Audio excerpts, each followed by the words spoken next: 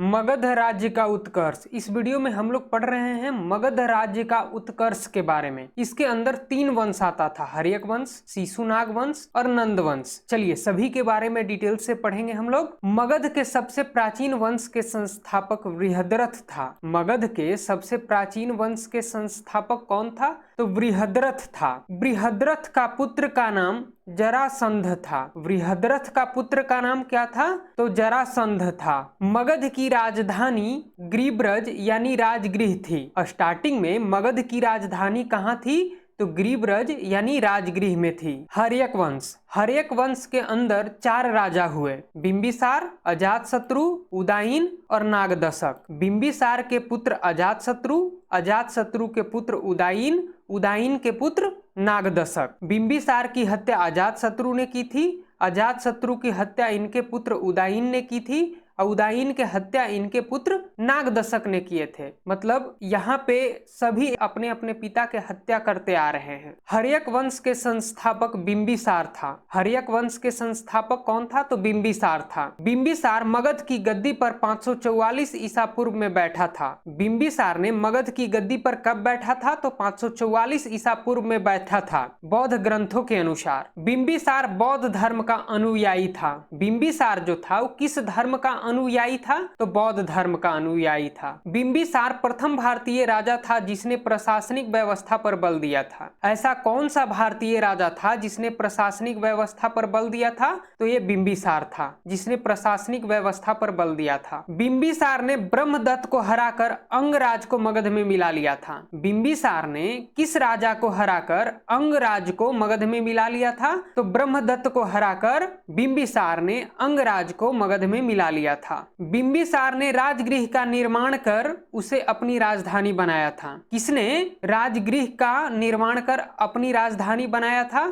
तो बिंबिसार ने बनाया था। बिंबिसार ने मगध पर करीब 52 वर्षों तक शासन किया था। बिंबिसार ने मगध पर कितने वर्षों तक शासन किया था? तो करीब 52 वर्षों तक शासन किया था। महात्मा बुद्ध की सेवा में बिंबिसार ने राजवैद्य जीवक को भेजा था। महात्मा बुद्ध की सेवा में बिंबिसार ने किसे भेजा था? तो राजवैद्य जीवक को भेजा था। अवंती के राजा प्रघोत पांडु रोग से ग्रसित थे। अवंती के राजा प्रघोत जो थे किस रोग से ग्रसित थे? तो पांडु रोग से ग्रसित थे। बिंबिसार ने वैवाहिक संबंध स्थापित कर अपने साम्राज्य का विस्तार किया था। ऐसा कौन सा राजा था जिसने वैवाहिक संबंध स्थापित कर अपने साम्राज्य का विस्तार किया था? तो बिंबिसार था। बिंबिसार ने ही वैवाहिक संबंध स्थापित कर अपने साम्राज्य यानी अपने राज्य का विस्तार किया था। बिंबिसार ने कौशल नरेश प्रसेनजित की बहन महाकोशला से, वैशाली की चेटक की पुत्री चेलना से तथा मद्र देश की राजकुमारी क्षेमा से शादी की। बिंबिसार ने किससे किससे शादी की? तो महाकोशला से, चेलना से, क्षेमा से। बिंबिसार की हत्या उसके पुत्र अजातशत्रु ने कर दी थी। बिंबिसार की हत्या कौन की थी? तो अजातशत्रु ने किया था। अजातशत्रु कौन था? तो बिंबिसार के पुत्र था। अजातशत्रु 493 ईसा पूर्व में मगध की गद्दी पर बैठा था। अजातशत्रु कब मगध की गद्दी पर बैठा था? तो 493 ईसा पूर्व में बैठा था। अजातशत्रु का उपनाम यानी बचपन का नाम कुनिक था। अजातशत्रु का उपनाम यानी बचपन का नाम क्या था? तो कुनिक था। अजातशत्रु प्रारंभ में जैन धर्म का अनुयायी था, बाद में उन्होंने बौद्ध धर्म अपना लिया था। अजातशत्रु जो थे प्रारंभ में जैन धर्म का अनुयायी था, बाद में इन्होंने बौद्ध धर्म को अपना लिया था अजातशत्रु ने। अजातशत्रु ने 32 वर्षों तक मगध पर शासन किया था। अजातशत्रु ने कितने वर्षों तक मगध पर शासन किया था? तो करीब 32 वर्षों तक मगध पर शासन किया था अजातशत्रु ने। अजातशत्रु के सुयोग्य मंत्री का नाम वर्षकार या वरसकार था। अजातशत्रु के सुयोग्य मंत्री का नाम क्या था? तो वर्षकार या वरसकार था। वर्षकार या वरसकार की सहायता से अजातशत्रु ने वैशाली पर विजय प्राप्त की थी। किसकी सहायता से अजातशत्रु ने वैशाली पर विजय प्राप्त की थी? तो अपने सुयोग्य मंत्री वर्षकार या वरसकार की सहायता से। 461 ईसा पूर्व में अपने पिता अजातशत्रु की हत्या कर उदयीन ने मगध की गद्दी पर बैठा था। उदयीन मगध की गद्दी पर कब बैठा था? तो 461 ईसा पूर्व में बैठा था। अजातशत्रु की हत्या किसने की थी? तो अजातशत्रु की हत्या इनके पुत्र उदयीन ने किया था, यानी उदयीन के पिता अजातशत्रु थे। उदयीन ने पाटलीग्राम की स्थापना की थी। पाटलीग्राम की स्थापना किसने की थी?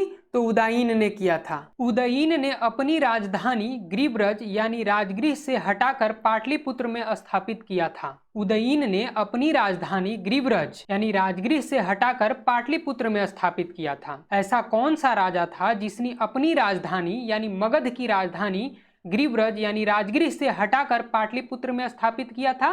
तो उदयीन ने किया था। उदयीन जैन धर्म का अनुयायी था। उदयीन किस धर्म का अनुयायी था?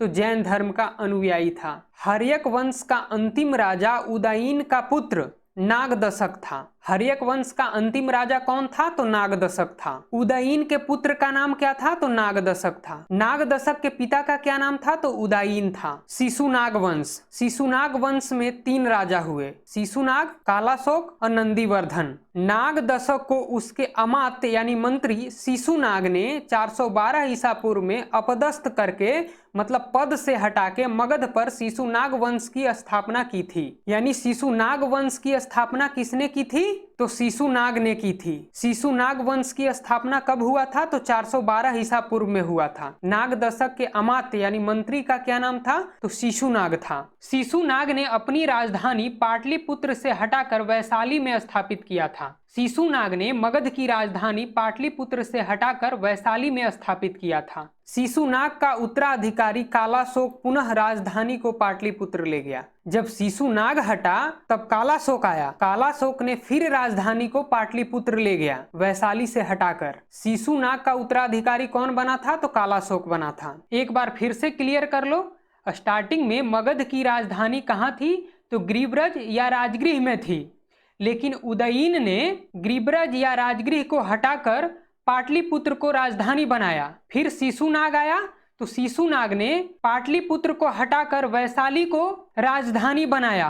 फिर कालाशोक आया तो कालाशोक पुनः वैशाली को हटाकर पाटलिपुत्र को ही राजधानी बनाया मगध की। शिशुनाग वंश का अंतिम राजा कौन था? तो नंदीवर्धन था। शिशुनाग वंश का अंतिम राजा कौन था? तो नंदीवर्धन था। नंद वंश। नंद वंश में 2 महान राजा हुए, महापदनंद और घनानंद। नंद वंश का संस्थापक महापदनंद था। नंद वंश का संस्थापक कौन था? तो महापदनंद था। नंद वंश का अंतिम शासक घनानंद था। नंद वंश का अंतिम शासक कौन था? तो घनानंद था। घनानंद सिकंदर का समकालीन था। घनानंद किसके समकालीन था? तो सिकंदर के समकालीन था। घनानंद को चंद्रगुप्त मौर्य ने युद्ध में पराजित किया और मगध पर एक नए वंश मौर्य वंश की स्थापना की थी। यानी नंद वंश के बाद मौर्य वंश आया था। यानी घनानंद को किसने पराजित किया था? तो चंद्रगुप्त मौर्य ने पराजित किया था। और चंद्रगुप्त मौर्य ने मौर्य वंश की स्थापना की थी।